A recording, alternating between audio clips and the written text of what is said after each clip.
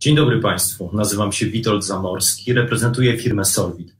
Opowiem dzisiaj o tym, co ekscytującego dzieje się w świecie sztucznej inteligencji, szczególnie od strony sprzętowej. Zanim to jednak nastąpi, przybliżę trochę naszą organizację. Firma Solvit jest na rynku od 9 lat. Wspieramy organizacje o globalnym zasięgu w wytwarzaniu ich oprogramowania, jego utrzymaniu i rozwoju. Zajmujemy się zarówno aplikacjami niskopoziomowymi, blisko sprzętu, jak i aplikacjami wspierającymi procesy biznesowe.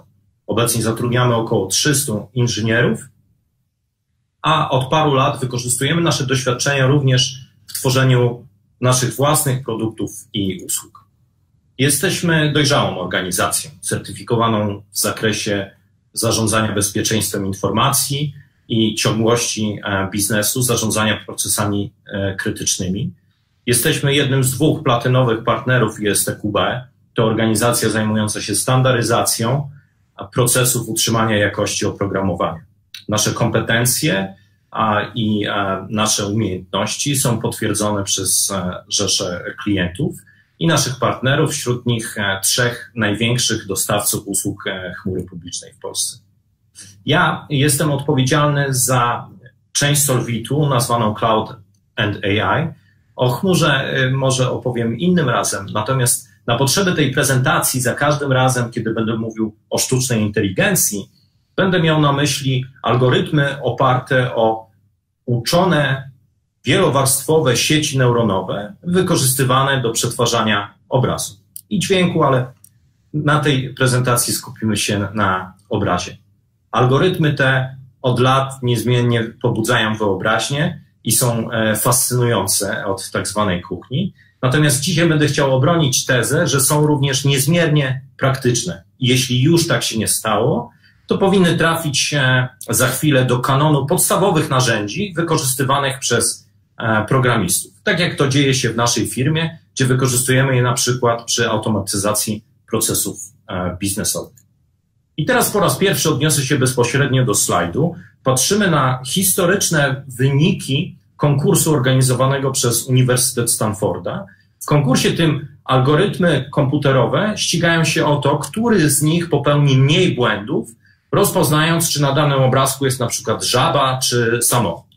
Warto tu od razu wspomnieć, że w bazie danych wykorzystywanych obrazków, która nazywa się ImageNet, jest obecnie ponad 14 milionów zdjęć, a obiektów do rozpoznania mamy ponad 20 000 kategorii.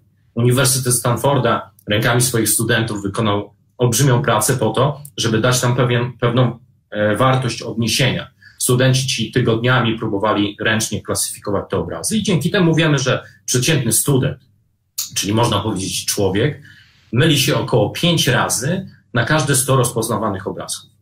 I algorytm komputerowy po raz pierwszy pokonał ten wynik w 2015 roku. Śmiem twierdzić, że właśnie wtedy nastąpił pewien przełom. Nastąpiło pokonanie granicy praktycznego, możliwości praktycznego wykorzystania tych algorytmów w sposób powszechny w życiu codziennym. Natomiast w tamtym okresie tworzenie tego typu algorytmów i ich wykorzystanie było zarezerwowane jedynie dla organizacji dysponujących sporą mocą obliczeniową.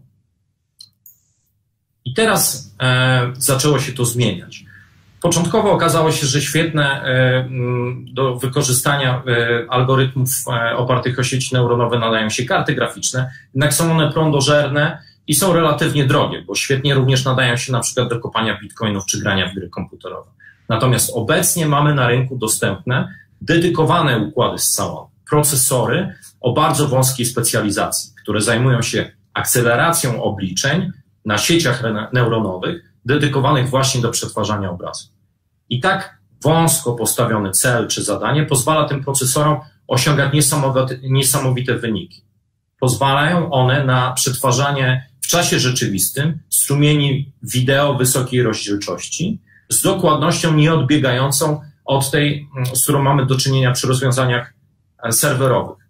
Mają bardzo niski pobór prądu, nie wymagają aktywnego chłodzenia i są relatywnie tanie. Dzięki nim możemy budować modułowo skalowalne systemy czy rozwiązania. I jedną z ważniejszych cech tych rozwiązań jest możliwość zagwarantowania prywatności badanym obiektom. Wyobraźmy sobie, i jest to skrajny przypadek, że firma odzieżowa chce mieć jak najlepsze dane odnośnie tego, które z ich produktów wzbudzają największe zainteresowanie. W tym celu, wykorzystując te dedykowane układy scalone, możemy zainstalować kamerę w przebieralni, która nie rejestruje obrazu, ani nie przesyła go dalej. Kamera wyposażona w taki układ jest sama w stanie stwierdzić, jakie ubrania są przymierzane i na serwer, czy do hurtowni danych, czy do chmury, trafiają jedynie metryki czy metadane dotyczące tych ubrań. Natomiast tożsamość czy wizerunek klienta pozostają całkowicie prywatne, gdyż nie są nagrywane. A w mniej skrajnych przypadkach tego typu układy nadają się również świetnie na przykład do śledzenia obiektów, czyli badania, w jaki sposób nasi klienci poruszają się po sklepie lub czy na przykład poruszają się w sposób bezpieczny po zakładzie pracy.